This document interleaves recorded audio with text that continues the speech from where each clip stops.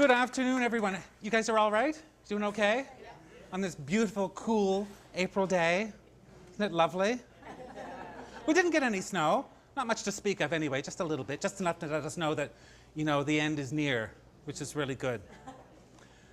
I want to thank you first and foremost for taking the time out of your busy schedules to spend some time with us here in Spring Garden Place for the annual Nova Scotia Orchid Society show and sale. The Orchid Society has been in Nova Scotia for over 30 years now, and if you've never had a chance to experience some of the beautiful flowers and beautiful plants, now's the time to do it, because there are some incredible flowers, incredible plants, and some wickedly knowledgeable people that know just about everything about orchids. Almost. You know, and if one doesn't, the other one knows. And that's such a glorious thing. Great bunch of people, and they're not afraid to explain and share their love of orchids. For those of you who don't know who I am, there are exits up here, just over there, or I think there's one out the back. My name is Neville. I have a flower shop upstairs called My Mother's Bloomers, and we've been in business since 1992. I've been very fortunate to do demonstrations for the Orchid Society. I am a member, and I've done demonstrations for the Society for many years, and I'm very, very thankful for it, because like I say, this is a group of people that not only loves and grows the most beautiful flowers, some say the most exotic flowers in the world, but they show them and they share their beauty and their love with the rest of us, and that I'm very appreciative of. You know, there are dozens and dozens of varieties of orchids that grow wild here in Canada, many in Nova Scotia. And you'll see some of the photographs as well during the show when you go have a look at them for the presentations over there, all the different varieties, right from our more common lady slipper orchids to some of the most beautiful little blossoms that you'll see in the ditches and alongside of the roads and in the forests and fields of Nova Scotia and across Atlantic Canada. Who wants to see me make a flower arrangement? Oh! Thank goodness for that. Now, I just want to say as well, if you have any questions during the presentation, keep them to yourselves until afterwards, all right? Because I'll hang around and we'll certainly answer all the questions that you need to have answered, okay? Orchids are beautiful, and quite often we'll see these beautiful plants in grocery stores or in some of the department stores. There they are, all done in plastic, and sometimes a plastic sleeve around them. How glorious, hey? And we'll take them to someone and say, here's a beautiful plant just for you with the bamboo sticks stuck right in the middle of them. Isn't that pretty? How thoughtful. How thoughtful. You know, take the time to dress them a little bit. You know, it's nice to get dressed up, isn't it? So it's nice to dress your plants up a little bit. So this beautiful orchid, Phalaenopsis, has a wonderful copper in the throat. So I thought that copper pot would work so well with that. Choose a pot that will work. So this little copper pot is great. All you need to do is set it in. Look, what a difference that makes already. It's like having a good pair of pants, isn't it? So I'm going to dress this up a little more by removing those bamboo sticks, because really they make that plant so stiff, and Phalaenopsis do not do that little trick. They like to bend and move just a little bit more than that. That even just, could you feel that plant go, oh. Honestly, just, oh, thank you, Neville. Thank you. And you know, if they start to go a little bit too much, you can insert that stick and just cut it off a little shorter, that's all. Just cut it off a little shorter, and then it's not going to impede the beauty of that plant. So you can do that little trick and hold it in place, nothing to it. But that is a nice upgrade to start with. Now we'll just tart that up a little more, shall we? Because we can. I work with Smithers Oasis. That's the company that many of us know makes floral foam. It's been around since the 50s making floral foam, but of course Smithers Oasis makes so many other things as well. As a design director, I get to work with all the newest, latest, and greatest products, techniques, and styles of floral design from around the world, and get to show them and teach them around the world as well. This is one of the coolest new things. It's one of the new flat wires that are coming out. We don't have it available here in Canada yet, but it will be soon. But I just got this privy. It's really great. Beautiful, beautiful wire. And it's just so nice because you can just play with it and just make a little bit of a glorified ribbon. Set that right in that, just to add a little bit of anchor down the side of that little bit of orchid. I know, listen to you all going, ooh, you just wait, my darlings, I've just started. And I've got a little more going on here. You don't get out much, do you, dear? No? Good to see you out. The cool weather's just brought you out, hasn't it? So just a little more up of this copper wire. Glorious, glorious. And another thing I like is this aluminum wire from Smithers Oasis. You know, it's interesting, when I was asked to come down and have a chat with the folks at Smithers Oasis, I thought, now I wonder what they want. But it's so nice that they've asked me to be a member of their design and education team. I am the only Canadian design director, and it's so much of a, really, truly an honor to think that I'm just a guy from Shelburne, Nova Scotia, and a lot of people don't even know where that is, especially when I go to the United States and do shows, and they just know I'm some guy that talks funny from a different country. But, you know, to be able to share the joy and love of beautiful flowers is an absolutely glorious thing, isn't it? And that's the thing I enjoy about this passion that folks have with the orchids. So I've just taken that wire and just curly cued the end, because the wire, when you cut it off, can be a bit sharp and you don't want to cut yourself. I use these new tools. If you can get some great tools, use the best tools that you can get. Those are the jewelry pliers that are brand new from Smithers Oasis as well. Where can you buy them, you said? Well, at most floral shops. Most floral shops, you can actually buy all the tools. And people have been asking me for years, you must have the best tools and the best. I do.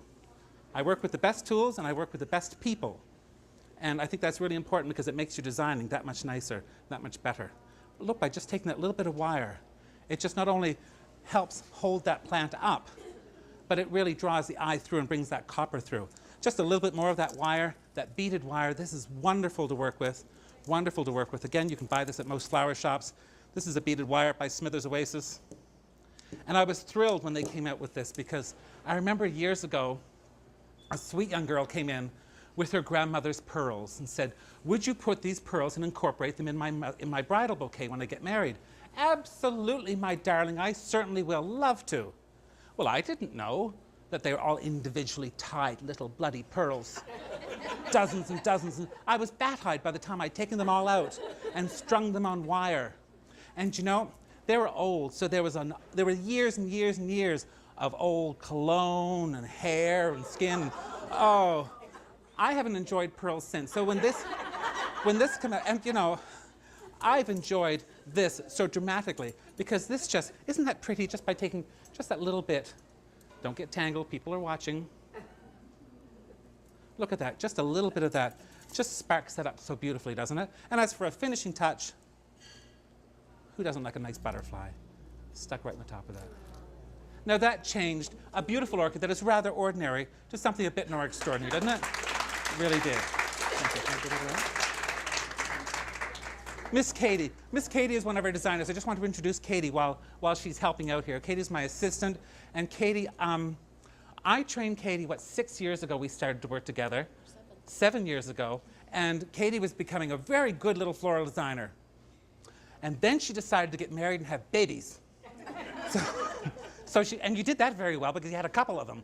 And she's just recently come back with us again. And I'm thrilled to have you back, because this girl has done some work with Canadian Florist Magazine nationally. And it's really a great thrill to have you back in the store, because you're a talented young girl. You're beautiful.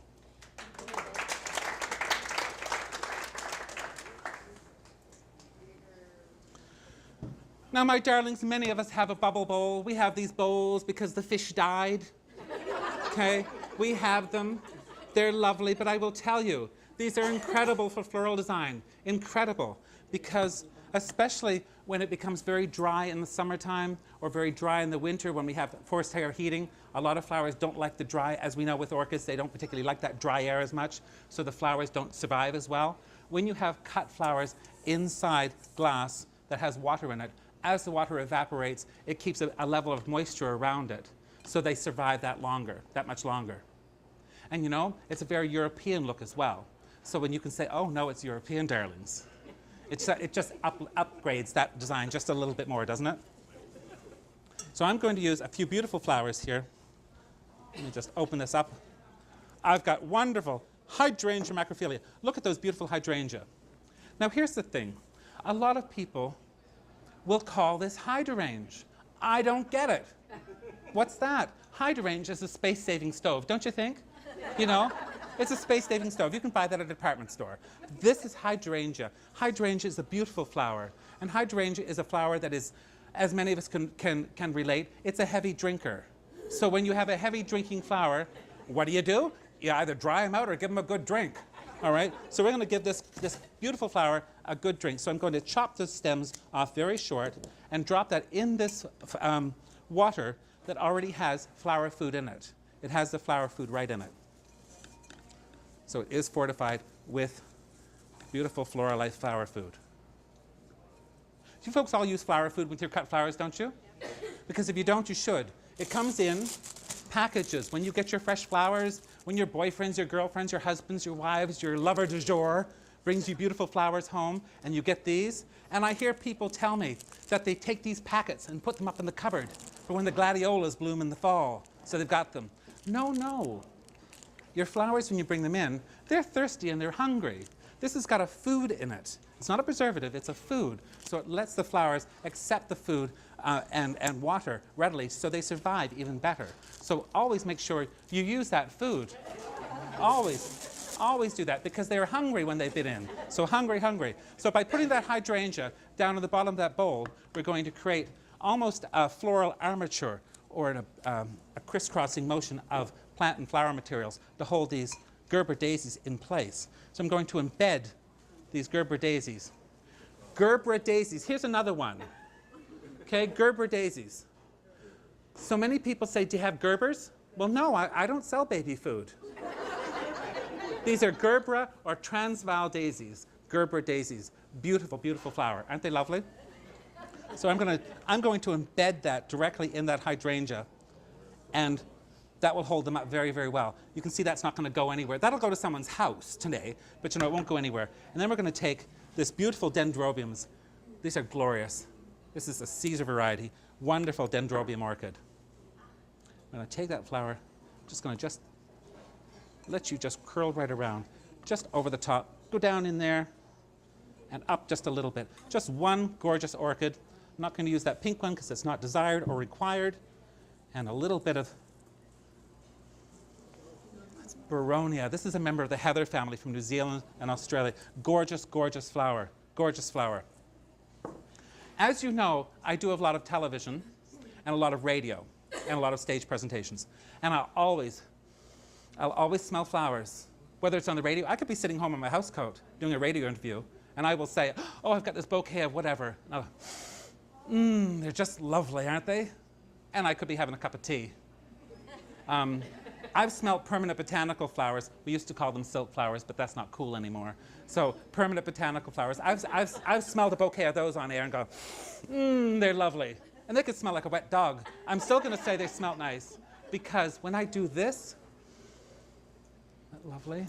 Everyone that's watching will remember the smell of a beautiful flower. We all picture that smell in our minds. And that's such a wonderful thing, a wonderful thing. One of the first apartments I had 1,000 years ago, there was a lady, Mrs. Smith, and she was blind, and in our apartment building. And I used to take her flowers that were fragrant. And she loved them, and she would take those petals and take the flowers, and she'd rub them on her face, and she'd do this and just smell them. And she said, I remember what they looked like. And what a glorious thing is that, what a glorious thing. The power that we can harness from something as simple as a beautiful flower, and something as simple as this design. Isn't that pretty? Isn't that pretty? The joy about this as well, we have a lovely delivery man. His name is Crash. And you know, sometimes when Crash is delivering flowers, you know, they can go all over the place, and they'll get there and they'll be all upside down. I'll say, now, Doug, what have you done? Well, that's the way they looked like when I left. No, no, dear. No, no, dear. When you're going up and down some of those hills here in this city, they can get bent around. But look how easily that transports. Very, very beautifully. And it goes nowhere. So it's all in the construction as well, just by laying those flowers in and letting them sit as they should. Dendrobium orchids in with the hydrangeas and Gerber daisies. They play so well together, don't they? Yes. Beautiful.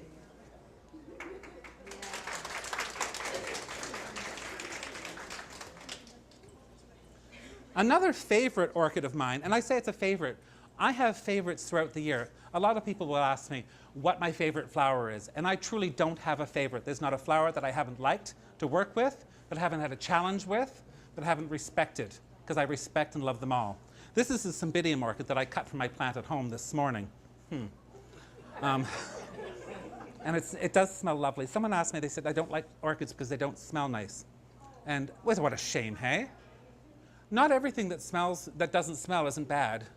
You know, but they all have a fragrance. Usually when they first open, the cymbidiums will smell very, very nice. Anyway, this is a lovely little cymbidium. I was very thankful that she stayed in flower long enough for me to harvest that blossom. One beautiful stem. This is a wild pear, actually, that's going to come into flower eventually.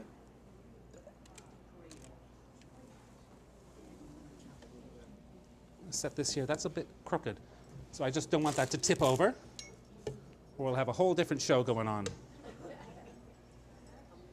Oh, that table's a bit crooked.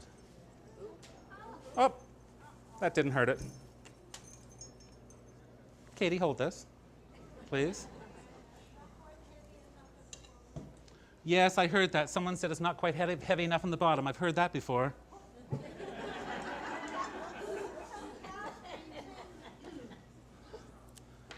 So I'm going to just put this beautiful dendrobium in here. It sits on the floor. It's just the table's a bit crooked. Wonderful dendrobium in here.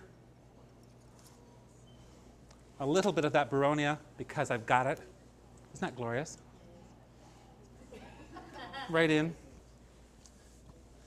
This wonderful cymbidium orchid that fell on the floor. Poor thing, bless it. Just off to the side, just so it balances out. So simple. Thank you. So simple, so pretty. Isn't that lovely? Very pretty. Thank you. The thing is, when you have a beautiful flower, you don't have to do a whole lot to it because it's already beautiful. You know, one of the things that I see when I teach students floral design is they'll fiddle and fuss and they'll fume and they'll carry on and on and on and more and more and more. And I'll say, stop it, just stop it and enjoy that beautiful flower because it is beautiful. When you see some of the best food in the world, best salmon, has nothing done to it. You know, sushi has very little done to it, but it's just how it's done. So remember that with fresh flowers as well, especially the orchids that are already stunningly beautiful. Now I'm going to show you another plant, one of the ones that came, you know, just in the plastic pot. You can do something quite different with those. Don't be afraid to try something different. Phalaenopsis orchids are very forgiving. Someone said the orchids are very hard to grow. No, they're not hard to grow. Sometimes they're hard to bring into flower, but they're really not that hard to grow or to keep alive. Phalaenopsis are very forgiving. Got this wonderful stand. Isn't this great? I took the orchid out of the pot, laid it on some moss, and wrapped it in a loamy collar. Now, loamy collars, these are loamy collars. Again, they're from Smithers, and they're a collar, a wire collar that was designed specifically for bridal bouquets, to use as a collar, as a base for a bridal bouquet. Well, when we saw them, and all the designers in the world looked at them and said, oh, we can do so much more than that with those. So with this, I just used it to hold the base of that orchid together. Come around here, people are watching now.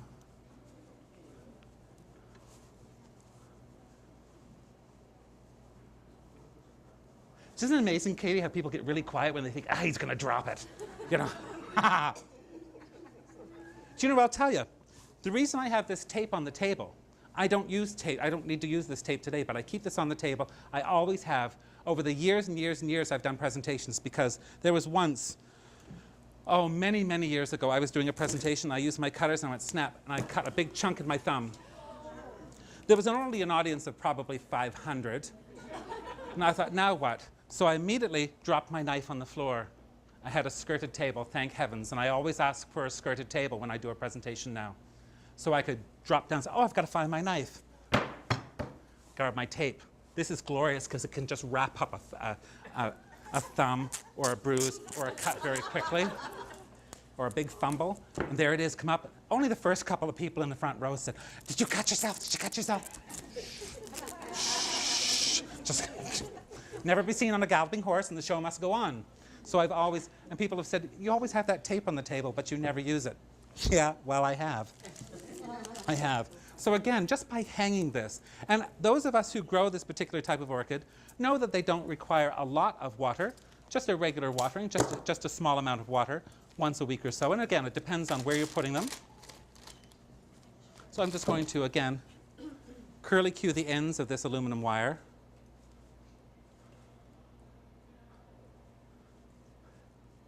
Someone said, do you wear glasses? And I said, do I or should I? two different things. So no, I don't. So we'll just... Have you ever watched someone do this sort of thing and how they screw their faces up? The first time I had a presentation that we taped, I watched myself and I thought, oh my gosh, I've got my face screwed up like I've smelt something bad. Because I was concentrating, so I've tried very desperately not to do that little trick. So if I pull a face, I apologize because I didn't mean to. And again, just by adding that bit of wire, giving that little curly cue now and then, in and around. And you could carry on and on and on and on with that as much as you wanted to. But doesn't that make for a really cool design? Really cool. Do you like that?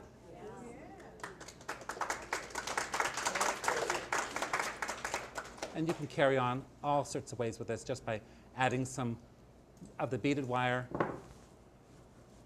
or the finer bullion wire, all sorts of things. So simple, but just a nice change from a potted orchid. Cool. And someone's going to take this home today, too. Just watch that, because that's in 2 pots.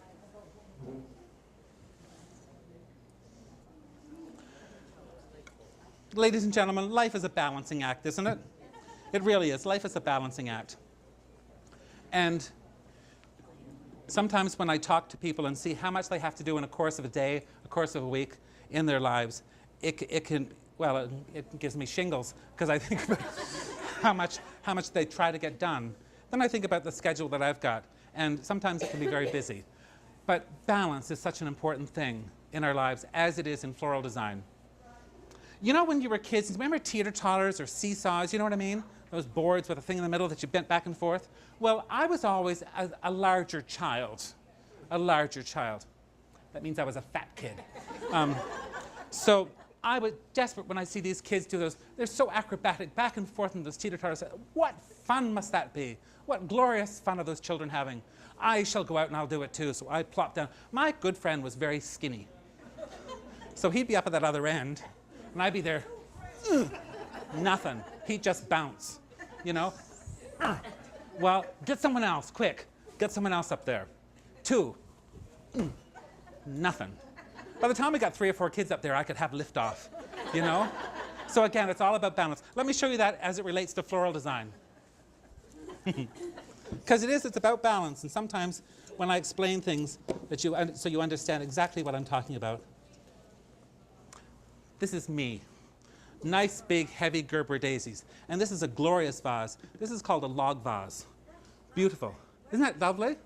Where did I get that? Oh, my darling, there's a shop here right in this neighborhood.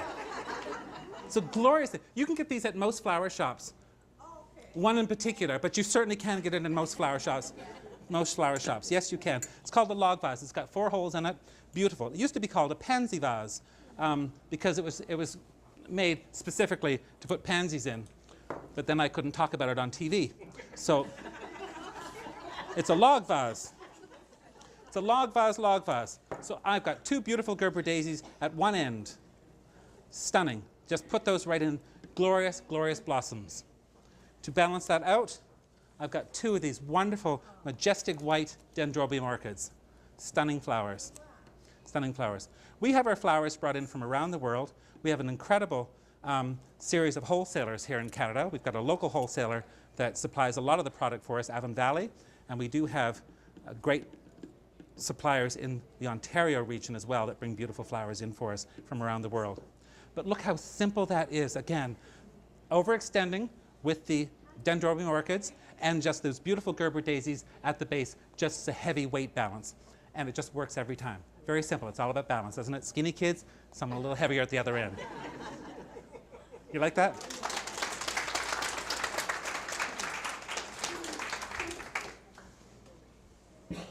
All right, let me see now.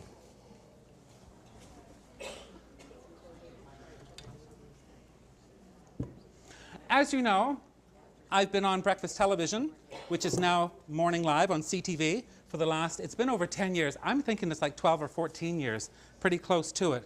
And I've had more fun with the folks on there. I also get to be on a radio program every Friday on C100 Radio, and it's called Neville on the Level. Goodness knows what I'm going to say, but I say it. And it's been such a blessing to be able to go out and do that sort of thing. This flower, by the way, that I'm putting in this beautiful pod vase, beautiful ceramic pod vase, this is a protea. This is a protea nerifolia. Now, proteas are wonderful. I'll answer all your questions afterwards if I could, love. Protea nerifolias are a beautiful flower. They are known as the oldest known flowering plant known to mankind because their fossilized remains have dated back over 200 million years. Beautiful flower. You'll see them growing along the California coast. There's a beautiful farm in Hawaii that grows them. I had the opportunity to go there to the farm and see them grow and walk around the fields. And they said, come on in for a drink. I said, no, I have to be out here to see all these beautiful flowers because it was just so stunningly beautiful to see those glorious flowers grow. Some scientists do say that this is the link between the plant and the animal world because they have hooked electrocardiograms up to this flower before they cut it, and they can see it start to register as they go to cut the plant. I disagree because, of course, I met that link, and he did not look like a protea. So I'm just giving that a little cut. I'm putting that directly in that fortified floral foam. Of course, floral foam, when it's fortified, has the flower food put in it. The floral foam that we use is the Max Life foam. You'll see that a lot in flower shops, put out again by Smithers Oasis. Max Life foam will allow your flowers to accept food and water more readily than regular floral foam, or more readily than just fresh water as well. You can get 20 to 40% longer shelf life by using that foam. And that's an incredible thing when I talk about what Smithers Oasis has done for the floral industry and the technology that has come along. We evolve. It's like everything else. I mean, the floral industry isn't the same as it was 30 and 40 years ago. I was telling the girls the other day, I said I could remember when Ulstramaria was the big new thing, and dendrobium orchids. What are they? You just wouldn't happen. And if you had an orchid in your house, you must have been rich, rich, rich, rich, rich. So that protea is beautiful. And just to balance that out, these wonderful dendrobium orchids just going the other direction. Just to lay in there, just beautifully over the edge. Just over like that. I'm going to take this aspidestra foliage. This is a glorious piece of greenery called aspidestra. If my mum was here, I'd get her to sing that song for you. You've got the biggest aspidestra in the world. It's not mother-in-law's tongue, love. No, it's not. It's aspidestra. Pay attention, girl. Aspidestra. This is a wonderful cast iron plant. Cast iron plant, okay? Cast iron plant. You cannot kill it. You could, then you'd have to leave the country. But beautiful, so simple, hey? That's great for a centerpiece as well. And FYI, when you're doing a centerpiece and you want to be able to see over the table, think of the distance between your elbow and your wrist. Your flowers should be no higher than the distance between your elbow and your wrist. That way it's below your sight line. Of course, if you don't like the people, make it a little taller. Wouldn't much matter. Wouldn't much matter. I'm going to do a couple more arrangements here for you as well. These are great little containers. I love rectangular containers. When you take this and just add a little bit of this diamond wire in the base of it, this attracts the Y generation. So you younger folks, you get all excited about this. I don't know where I'm looking. I see no younger people. Some of you back there. But it attracts that younger generation because they like the geometric shapes and the bright colors with the wires. I'm also going to take one of those collars, those beautiful collars from the Smithers Oasis, and I'm going to create an armature out of it. An armature is basically a crisscrossing floral or non-floral material that's used to hold flowers in place. That's all that is. Big word, simple application. So I'm just going to set that right over the top of that because it's decorative and it's pretty on its own, isn't it? It's just pretty. Pretty, pretty, pretty. And with that, I'm just going to set these aside.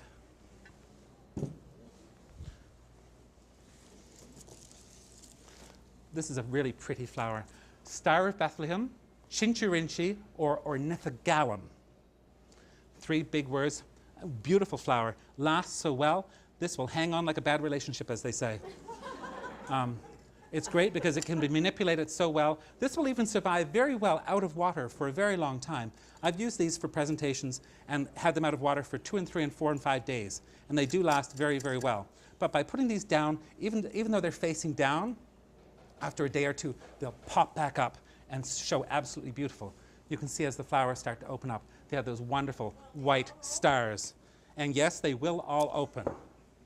They will all open. I'm just going to set this one right in here. Up you go. And you can carry those on just as much as you want to. And they do move around so beautifully, don't they?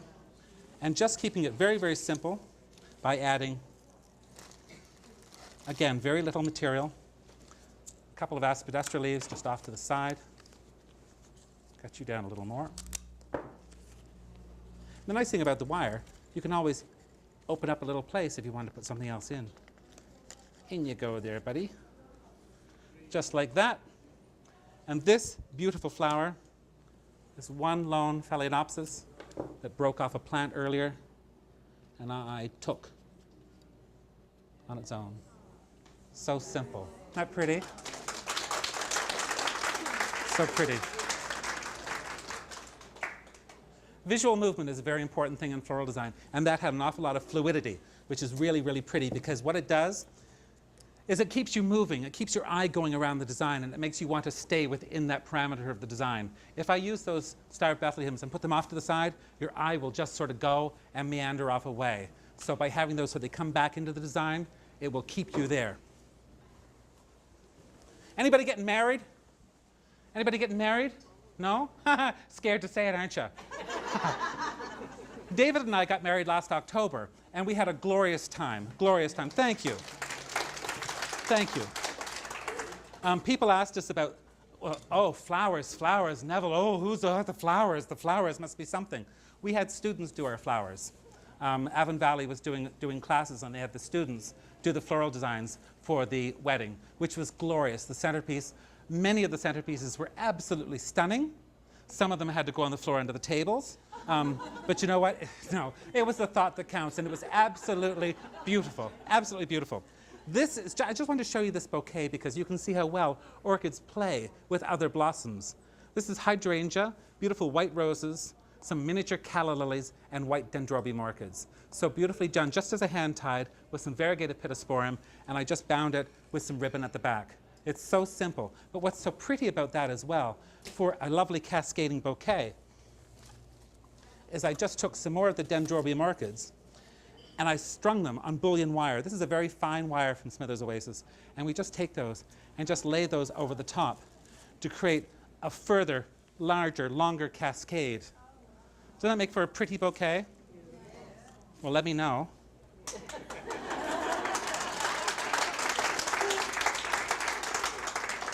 Look at that, but isn't that pretty now?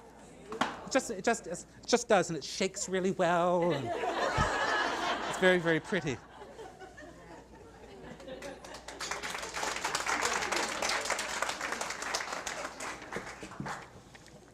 I've got one last arrangement to show you there, ladies and gentlemen. Are you having a good time, though? Enjoying yourselves?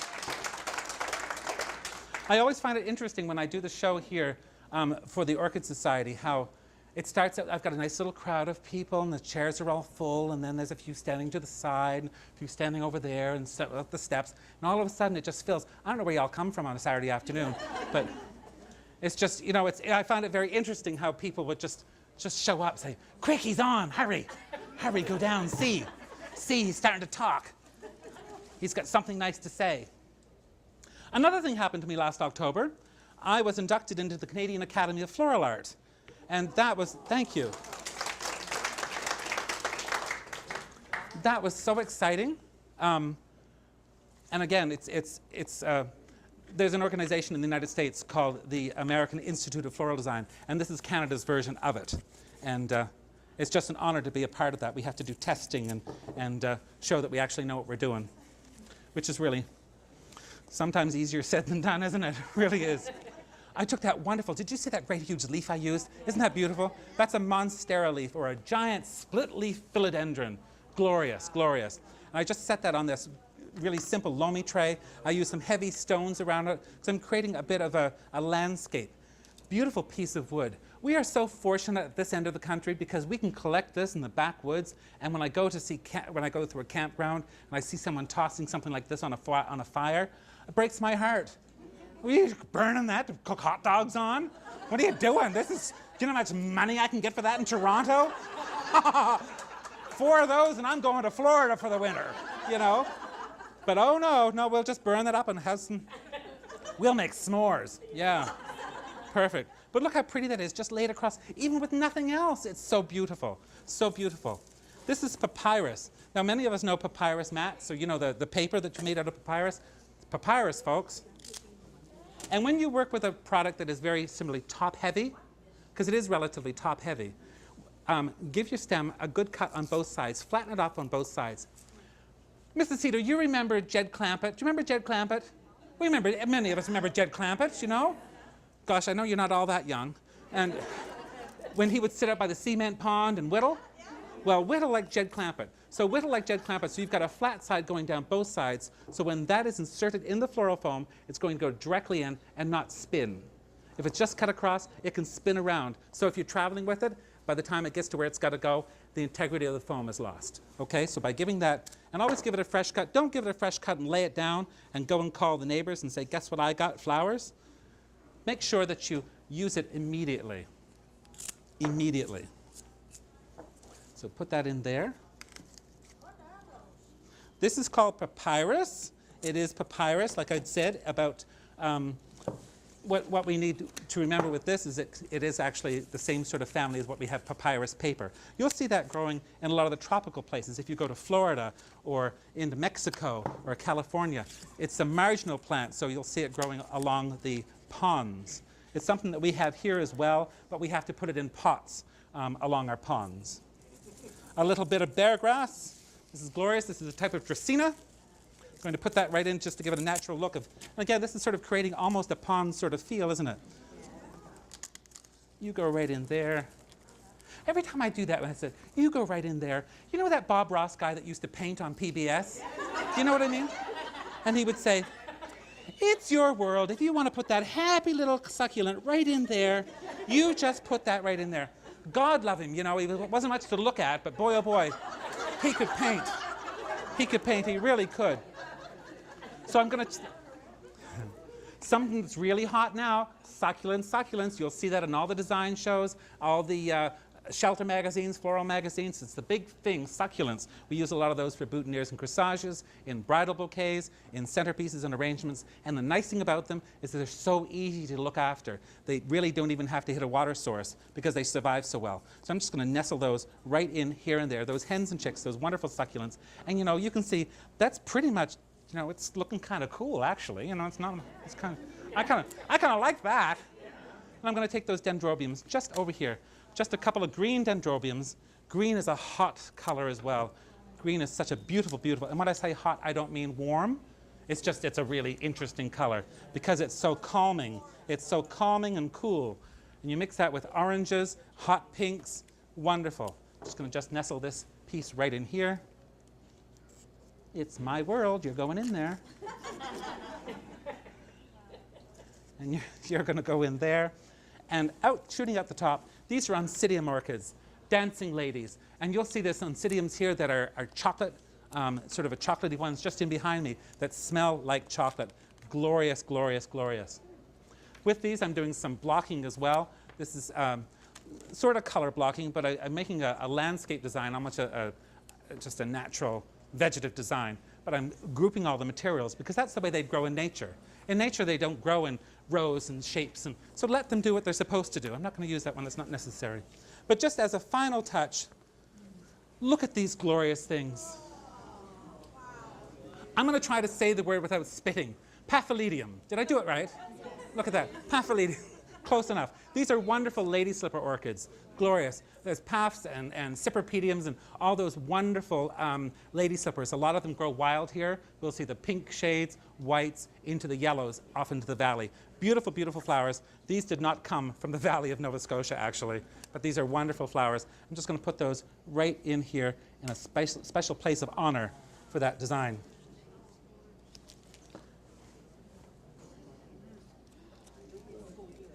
Again, you know, I just want to say thank you so much for taking the time out of your busy days to spend some time here at the Orchid Society. They've been going for over 30 years. Thank you. Thank you. You like that? They've been going, like I said, for over 30 years now. And it's been an honor and a pleasure to come every year and speak and do a demonstration for them. I do, like I say, I get to speak and demonstrate floral design around the world. And I'm so blessed and fortunate to be able to do that because, I mean, really, my job does not suck. It's absolutely a thrill and a pleasure. And the thing is, as well, I've got to thank you all. You know, as much as I've got to thank the folks from the Orchid Society for having me again, Spring Garden Place for hosting this, and my wonderful suppliers for supplying all the beautiful flowers and product for us. But more importantly, I want to thank you for taking the time to come out and enjoy it with us. Because flowers truly are food for the soul, and of all the terrible things that are going on in the world, and they are, it's time to stop and just enjoy once in a while. So when we can do that, life is that much better. Thank you so much. Remember, my name is Neville, and happiness is holding flowers in both hands. Thank you so much.